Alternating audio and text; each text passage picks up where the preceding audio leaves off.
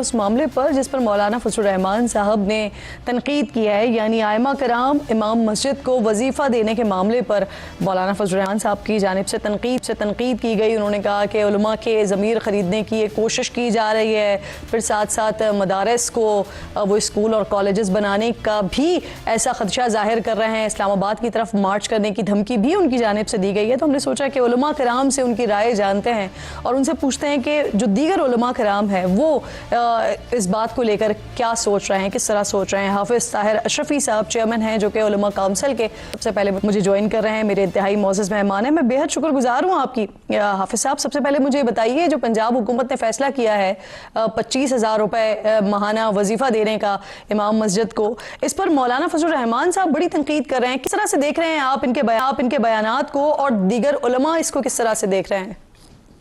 بسم اللہ الرحمن الرحیم نحمدہ ونصلی ونسلم علی رسولہ الکریم۔ دیکھیں، گزارش یہ ہے کہ یہ پنجاب حکومت نے، وزیر اعلیٰ نے ایک فیصلہ کیا ہے، مریم نواز صاحبہ نے۔ میں نہیں سمجھتا اس پر جو مولانا نے رد عمل دیا وہ بہت سخت ہے۔ ٹھیک ہے، وہ اپنی جماعت کے لوگوں کو پابند کر لیں کہ وہ یہ پیسے نہ لیں، جو امام مسجد لینا چاہتا ہے وہ لے لے، جو امام مسجد نہیں لینا چاہتا وہ نہ لے۔ لیکن اگر اس کو پابند کیا جاتا ہے کہ وہ خطبہ کیا دے گا، وہ تقریر کیا کرے گا، وہ قرآن و سنت کے احکامات کو بیان حکومت کے نقطہ نظر کے مطابق کرے گا، تو یہ قابل قبول نہیں ہے۔ میرا نہیں خیال کہ حکومت کا کوئی اس سے یہ مقصود ہے کہ وہ امام مسجد کو یا خطیب کو یا ائمہ کو کوئی پابند کرنا چاہتی ہے۔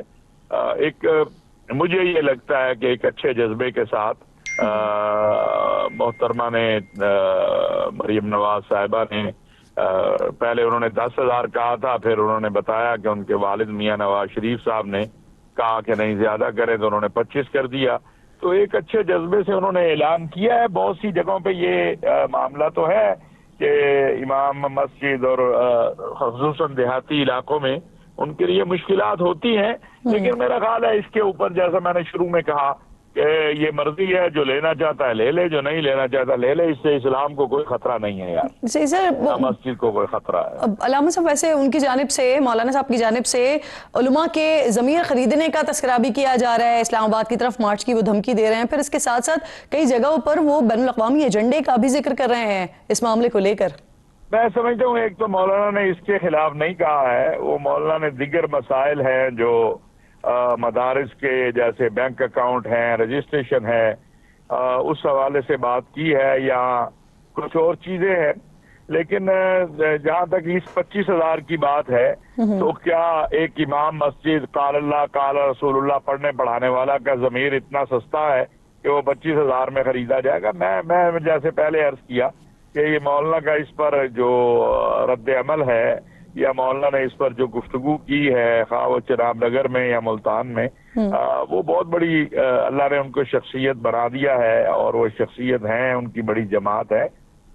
ان کو اس طرح غصہ نہیں کرنا چاہیے، ہم سب ان کا احترام کرتے ہیں، اور مریم نواز کو تو وہ اپنی بیٹی کہتے ہیں، تو کیا بیٹی کے منہ پہ مارا جاتا ہے یا اس طرح ان کی؟ تو یہ چیزیں اچھی نہیں ہے۔ میں سمجھتا ہوں اختلاف ہونا چاہیے، اختلاف کے جو دائرہ کار ہے اس میں ہو تو بہت اچھا لگتا ہے۔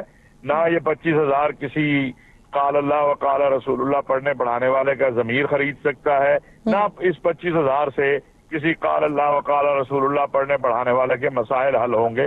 ایک اچھے جذبے سے اگر انہوں نے اعلان کیا ہے، جو لینا چاہتا ہے بھائی لے لے، جو نہیں لینا چاہتا نہ لے، اس میں اتنی کون سی کوئی قیامت آ جائے گی۔ اور جہاں تک بات ہے پاکستان کے اندر محراب و منبر کی آزادی کی، تو وہ محراب و منبر کی آزادی ہم نے خود اپنی جدوجہد سے برقرار رکھی ہوئی ہے، اور وہ آئندہ بھی برقرار رہے گی۔ نہ اس کو ماضی میں کسی کو سلب کرنے دیا ہے، نہ آئندہ کوئی اس کو سلب کر سکتا۔ اچھا، پھر مولانا صاحب کہہ رہے ہیں کہ اب جب وظیفہ لیا جائے گا تو پھر اس کے بعد ہوگا یہ کہ حکومت اپنی مرضی کے خطبے جو ہے وہ امام مساجد سے کروایا کرے گی، پھر انہیں یو اے ای اور سعودیہ کی مثالیں دی جاتی ہیں، لیکن وہ پاکستان میں ایسا نہیں ہونے دیں گے۔